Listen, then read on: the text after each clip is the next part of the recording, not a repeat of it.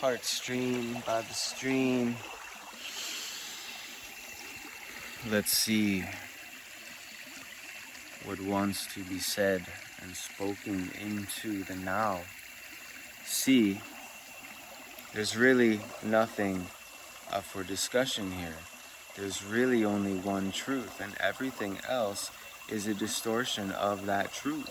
So we have to get really real with ourselves and start to look into the eyes of one another and see that there really only is one being who is witnessing, experiencing, and aware and present here now.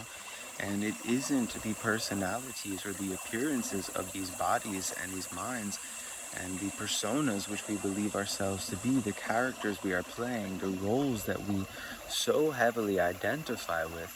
They are beautiful experiences to have, but they are not who we actually are. Therefore, all of this work, all of this discussion is pointing to one point, which is really that the essence of the teachings is to be here now.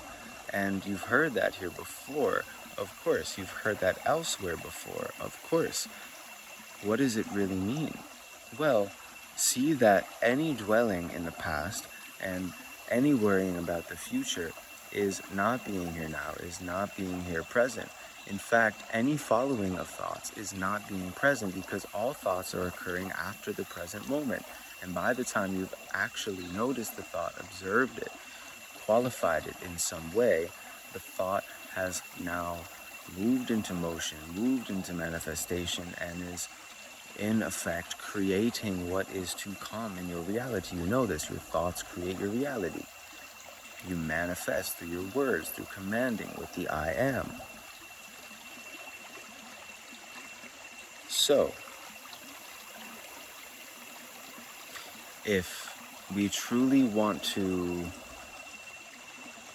be aligned with our prophecy, with our sole purpose, with our sacred mission here, we have to be here present. We cannot be going into the past and worrying about what happened, and we cannot be worrying about how it's going to play out. The version of you here now who is worrying will not be there to experience what is going to happen, and the version who experienced what already happened is not here now either. There is one self, one being, one constant, which is awareness, which is the sense of knowing, the sense of looking, seeing, witnessing. This being, this isness, this is what you are. This is the one aspect that has been present through the past, into the future, and now. It is the only presence, and it is the only aspect of you that is actually real and everlasting, because it is not changing. It is the point of perspective. It is the source of all perspectives, rather. It is the source of all experience, the source of your mind, the source of your body, the source of this world. That is what you actually are, and you can't get there through this world. The only way to get there is to realize that you're already there and to drop the world altogether. When I say drop the world, I don't mean to not be embodied, to not be present, to not be participating in the world, and to be enacting effective, radical change in the world that needs to clearly happen. What I am saying is to see that the world is not what it appears to be, that it is an illusion in that sense, but it is real. And the only thing that is real is God, or the self. So the world is God, and the world is you. You are God, you are the self. Therefore, you must treat all others in the world as if they are God, as if they are you. There are no others. So you treat everybody with love and compassion. You have the same grace you have for yourself with others. And if you don't have grace for yourself, that's where it begins. Because you want God's grace. So you better pray for it. But you better realize that when you pray for it, you're putting certain laws into motion. And if you are not actually embodying the prayer and the words you are speaking, you are effectively negating the commands. You're negating the prayers which were already in motion. You're ceasing them. You can't even cease them, but you slow them down. So we have to be really, truly intelligent to what we say, what we pray, what we speak, what we affirm, what we do, what we think, what we do with our thinking. Really, thoughts are like suggestions that appear. They're not your own, so you do with them what you will. You can look at a thought and say, you can look at a disturbing thought, for instance, and say, well, oh, look at that disturbing thought. That's really weird. Okay, moving on. Or you can look at it and be like, oh my God, I must be so fucked up. I must be so disturbed. What's wrong with me? See the difference. You don't have to dwell in the thought. As soon as you're dwelling in the thought, you're out of the present. The present is not concerned with the thoughts that are passing. It lets them go. So you, who are the self, who are the I of awareness, are latching onto a thought and then following it down a timeline, pulling you out of what is here now, what is. Thinking there's something you need to do with that thought. You need to think your way through it, and then you'll find the escape. The answer to the question is not found in looking in the world for the answer. The answer to the question is found in the dissolution of the question. The fulfillment of the desire is not found. The fulfillment of the desire is not found in fulfilling the desire, but in dissolving the desire. So this is the way through. The way through is to cease identifying with your mind, with the social ego construct, the narcissistic ego which believes it's entitled to everything, and to instead identify, or rather to rest and soften your awareness into your heart. And your intuition will begin to get stronger the more that you trust in it.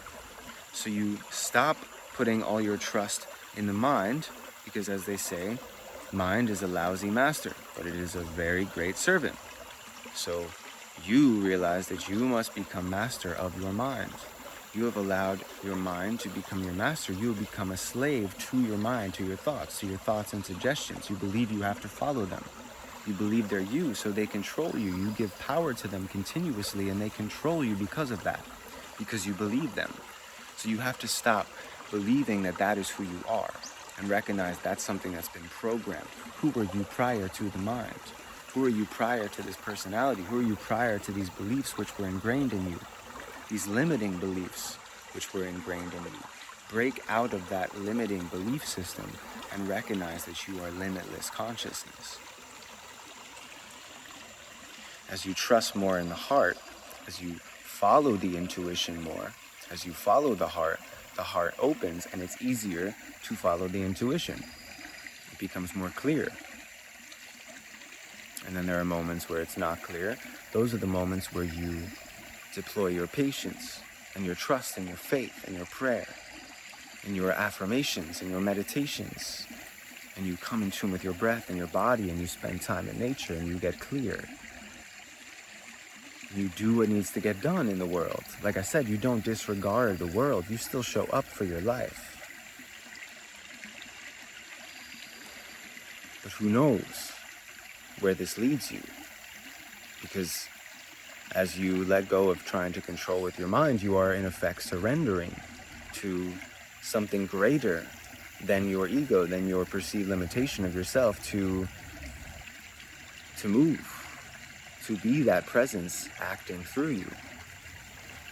You give the power where it belongs. And this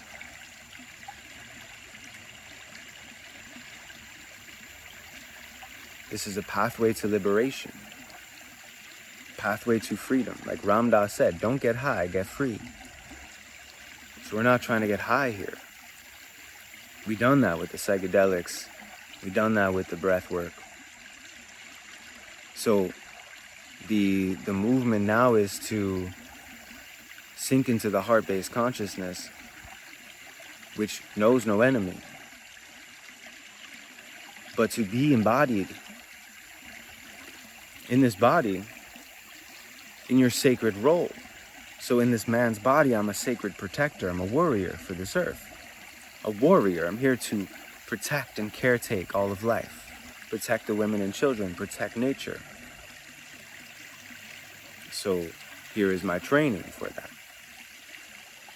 Yet, in order to do that, it involves letting go of selfishness, selfish desires, the path that my ego wanted to follow, what my ego wanted to see out of this life, what its desires were, had to be dropped and is still continuously being dropped, as it is a process.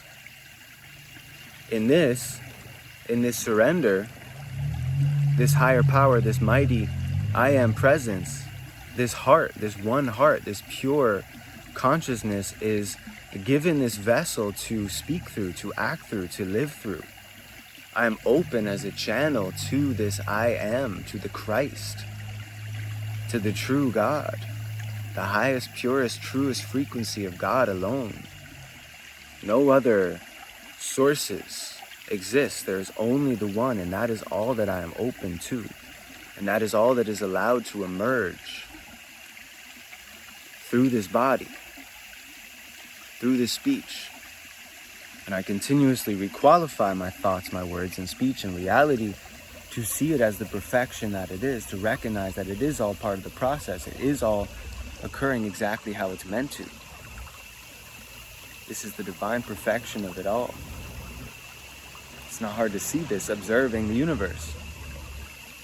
Observing nature. You look at anything long enough in nature and you will see the perfection of it. You study any science deep enough, you will see the divinity inherent within it all as its source, the unmanifest as the source of the manifest. This world is like a dream. It is a projection, manifestation of something that is full only of its own presence, full of no content, void of content. That's what the true void means when we're speaking of Buddhism. It is void of content. It is not void of itself. Yeah, it is just pure knowingness, pure beingness. You are that. So we can keep the heart channel open. I'm gonna let this one breathe. I thank you for being here. Remember, we do have a 6-month mentorship and brotherhood for all the men interested. This is to discuss and speak further upon these teachings, to delve deeper into the practices together.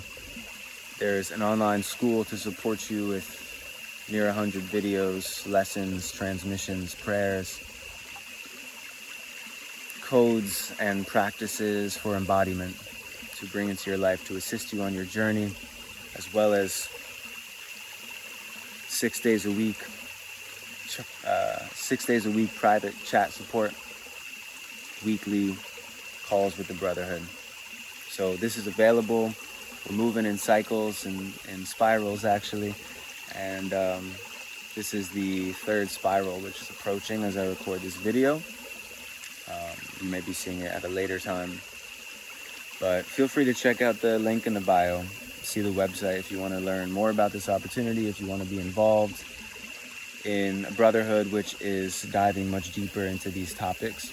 It's really important on your spiritual journey to surround yourself with like-hearted beings, I like to say, who are on a similar path, who are interested in truth, who are interested in integrity, who are interested in love, compassion, all these things, these spiritual qualities, which are qualities that are inherent of God, of divinity itself, of your true self. So if you want to be in that field, in that energy, if you are on this path, it is beautiful to have time in isolation and alone. And you have these videos, you have various other teachers, it's unlimited information on the internet. This course is here to help you with your discernment, with your intuition, to really know who to trust, to really know how to trust yourself, and to gain your own wisdoms and guidance from within. So if that plucks any heartstrings, check out the link. There's a little info about it in the description, and we're on Instagram. There's a lot more content there pretty much on a daily basis. If you want to tune in with more written things as well, I have an email list which I'll also link below. So thank you for listening. I trust that this has been useful in supporting, guiding you on your journey. I send big love to you from my heart to all hearts. Big love, wholeness, balance, gratitude, abundance. Thank you, thank you, thank you.